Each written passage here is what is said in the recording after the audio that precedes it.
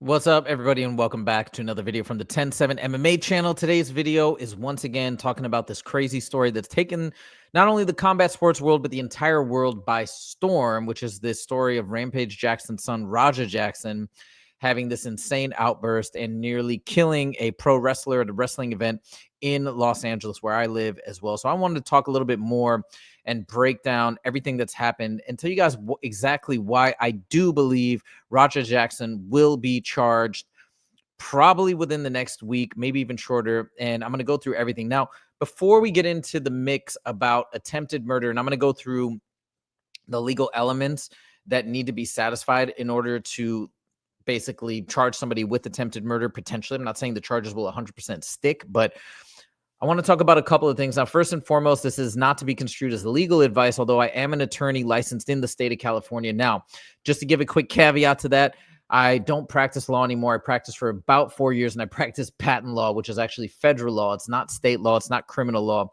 So this is definitely not my area of expertise, but I'm going to do my best to try and step through some of the legal issues and give you guys some context, because while I'm not a criminal attorney, I do think I have a better understanding than most in terms of what likely might be happening. Now, a couple of things right off the bat. Some people are saying, well, man, but if the wrestler doesn't press charges, maybe Rocha Jackson will get off scot-free.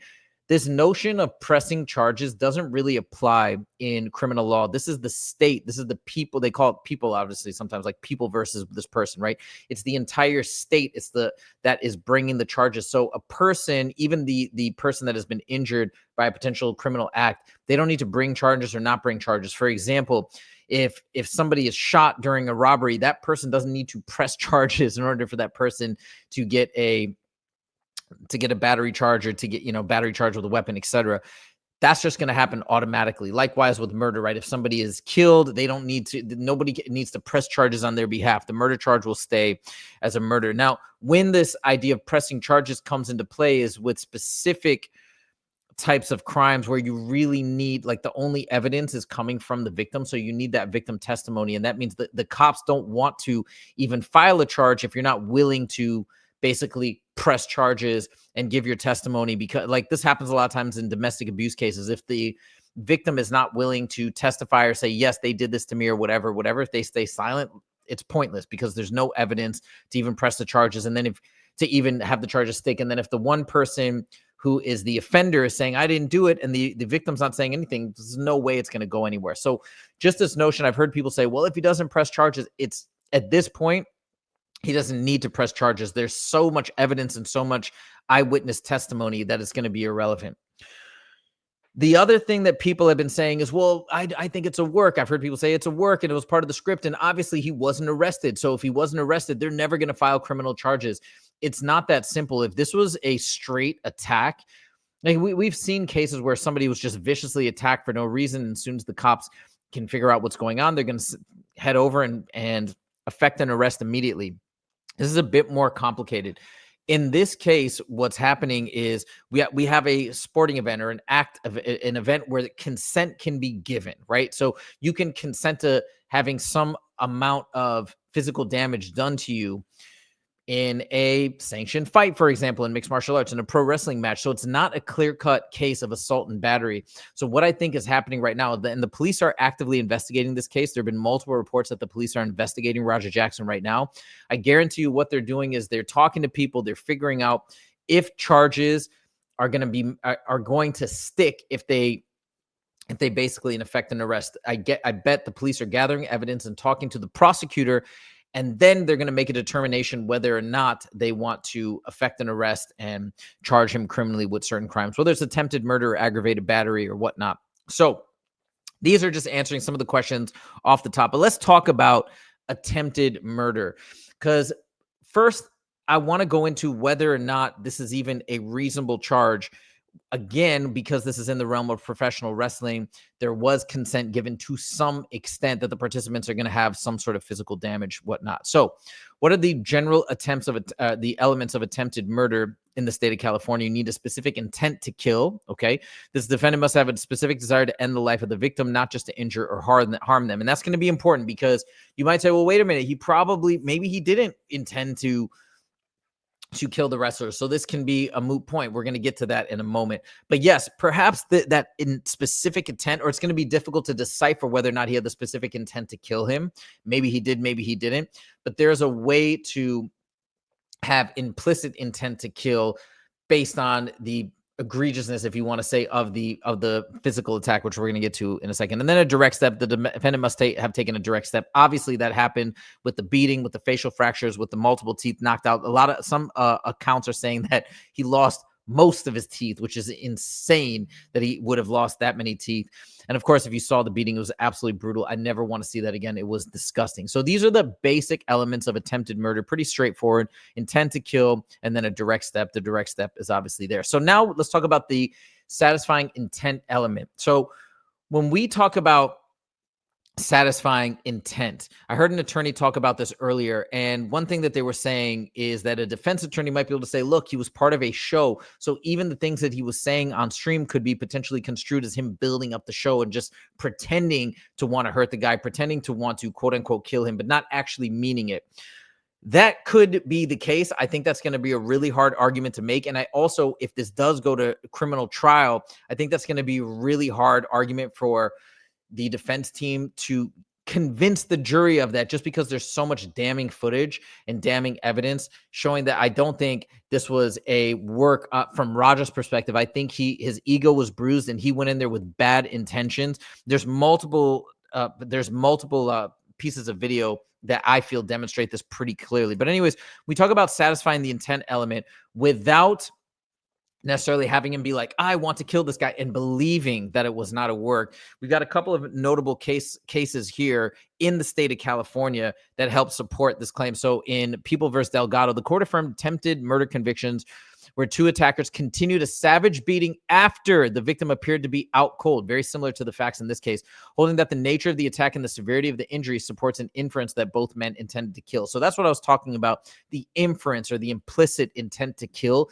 It can be satisfied by the severity of the beating, and obviously that's exactly what happened here. He was knocked out cold from the slam, so every punch rained down was after he was already unconscious. You want to say 1, 2, 3, maybe that could change the dynamic, but what Justin counted as 23 unanswered blows when the guy was already unconscious, I think that would definitely satisfy the intent element of attempted murder, in my opinion. On top of that, I think what's going to compound that is the fact that he is a professional fighter. He's a mixed martial artist, so he knows the damage that he was doing. He knows that the guy didn't have a mouth guard in. He probably knew that he was fracturing his face. So, I mean, I think that's going to really hurt Roger Jackson in terms of trying to get out of this, is that he knew exactly the type of damage he was inflicting. I bet you if more information comes out showing that Roger Jackson had more knowledge about what a professional wrestling match would entail and what it means to perform a work and to kind of play along, if more information like that comes out, I think that's going to be more damning for Roger. We'll see if that does come out in the future. Here's another notable case: attempted murder conviction upheld where the defendant bludgeoned victims with a metal handle. One victim was choked and lost consciousness during the attack. Shows courts treats brutal beating that renders a victim unconscious as compatible with intent to kill. So I do believe that the intent to kill element will be met. We have I think this is the same case. Attempted murder. This is the exact same thing. Sorry about that. I had that repeated twice. Now we're going to talk about a secondary issue, which is the issue of consent. So we have this in professional fighting. We have this in obviously professional wrestling as well. And the idea is, well, you're consenting to get in there and take damage in a fight. But again, the problem arises when you go beyond the scope of what's agreed upon. So we have a couple of cases here. Here's the first one. So consent doesn't excuse criminal assault or battery beyond ordinary blows incident to the sport. So a perfect example of this in MMA would be the referee calls a stop to the fight and you continue trying to, like if you're in a choke, let's say, and the person taps or the referee stops the fight and you continue choking somebody until they maybe die. That would be a case where, regardless of the consenting to get into the cage and fight, you've gone beyond the rules. You've now killed somebody. You're still going to get that charge of a murder charge. Or if you don't kill them, or let's say you continue to beat them after the bell and you just won't stop, that could still count as an attempted murder charge. So, right, People versus Samuels holds that a victim's consent generally is not a defense to assault battery except for ordinary physical contact. But if we go use this to argue that post-bell strikes, fouls, or attacks after a referee stoppage exceed the scope of consent. So again, In this case, I think you could argue that he went beyond that consent in a multitude of ways. Number one, I think they told him to basically get his receipt to affect the blow, but I don't think anyone. We'll see as discovery happens and as this case unfolds, but I guarantee you nobody said to hit him that many times, maybe like 1 or 2 times. So I'm sure he went well beyond the scope of what both people consented to.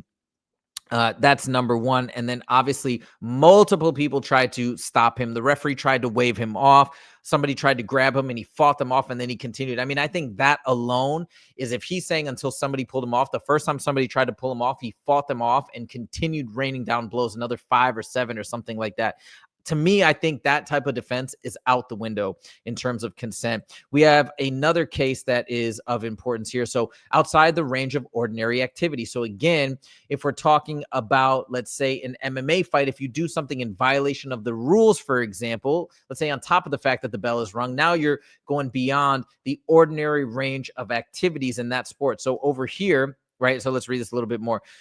Co-participants are liable if they intentionally injure another or engage in conduct so reckless as to be totally outside the range of ordinary activity involved in the sport. Again, I think if it comes out that he does have more knowledge of what professional wrestling entails, that you're not actually supposed to hurt the people, let alone break their bones and whatnot, this would go so beyond the scope of what would be ordinary in this activity. And he would have knowledge of that, this would clearly be construed as going beyond this notion of consent, and of course would have him be liable potentially for attempted murder. Okay, now we're going to show some of the stream. This is leading up to the attack, so we're going to play this clip of Rocha talking to his chat, telling them what he was going to do prior. Now, just to give you the backstory, if you are new to the story, which I doubt you are, of course, we had the incident out here where he gets Psycho Stu smashes a beer on his head, but, does it in a way to try and not hurt him.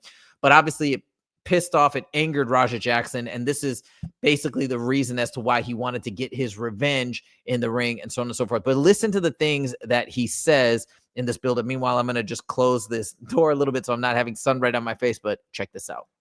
As soon as they tell me to go, I'm going. Watch.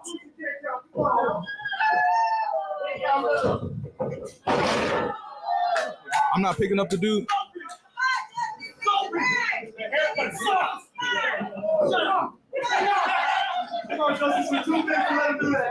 Watch. Yeah, that's him. Watch. How do you like that, huh? That's all right. Yeah, where's your hair at?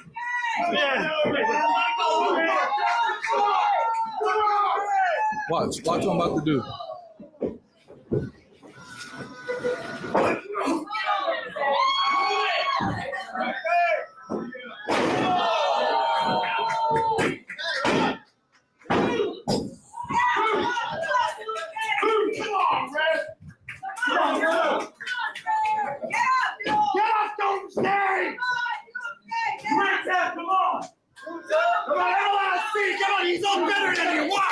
Ain't no script, bro.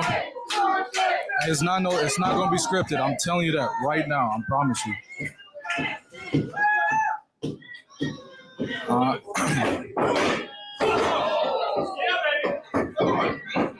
But I will tell you guys this. They told me to hit him and just leave. Somebody will pull me off of him and leave.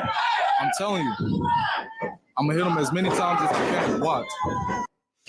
So right there, he says this not going to be scripted or ain't going to be scripted. I don't know if I misquoted him slightly, but the point is I feel like right there, he's admitting that he's going off of the script. Now, whatever a defense attorney might be able to argue and try and convince the jury of, I don't know, right? Could they say, hey, he was playing a character and it was part of this whole buildup? I think they're going to be hard pressed to do that, especially when the jury sees the level of the beating and they see his reaction after the fact. Because if you want to say this was part of the script, then why would he be so outraged and upset after this match? So to me, this shows that this is beyond the scope of consent, beyond the scope of whatever they agreed upon. He's in there with bad intentions to hurt this guy. Now, to bolster this notion, listen to what he was saying to his chat right after this aggravated assault, attempted murder. I'm playing with me and shit. Think I'm always playing and shit. Call me bitch and shit. Not no fucking bitch, bro.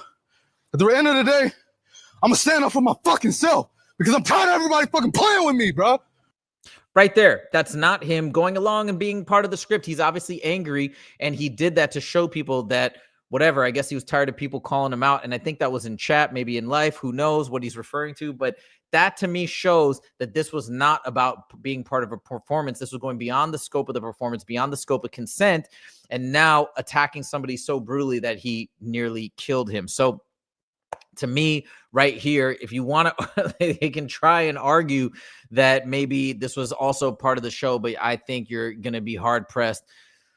I think you're going to be hard pressed to make that argument. And again, whatever the defense attorney might argue, you're going to have to convince a jury of that. If I was a jury member, I'm not buying it. I think that's an emotional outburst. I think he felt ridiculed. Now, the other thing that will bolster this argument even more is we got to go back and see what the chat has been saying to him. We just hear what he's saying to the chat. Right? All of that's going to come out. What is the chat saying? Oh, I wouldn't be shocked. Again, this is speculation, but I wouldn't be shocked if they're like, oh, you're actually not going to hurt him. This is all part of a show. And he's telling them, no, it's not. It is. I'm going to hurt him. Just watch. Just watch. So the question is, where does the truth lie in those exchanges? I feel quite strongly that it's probably going to be a sincere back and forth, and he really did get in there to intend to hurt this guy. I think it's a foregone conclusion that that is the truth of the situation, but we shall see. So anyways, I do believe that there's plenty here to 100% file charges. Now here's one more clip of the post fight where you can see once again he's saying that he was pissed, and that was him basically getting revenge, getting his receipt, but like a real receipt, not in pro wrestling terms. Hello?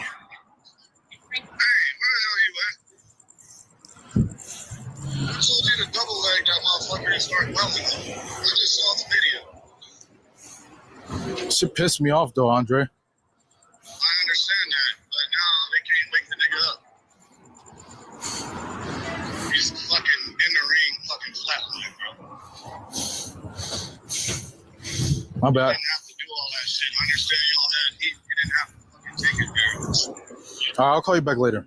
Right there. So he admits that he pissed him off. You can hear the promoter, Andre, on the other end saying, I told you to double leg him. So that was the double leg and the slam, but then the punches afterwards, I don't know, maybe that wasn't actually even agreed upon. He's saying in the stream, they told me I could hit him and I could hit him for real. Is that legit? I don't know.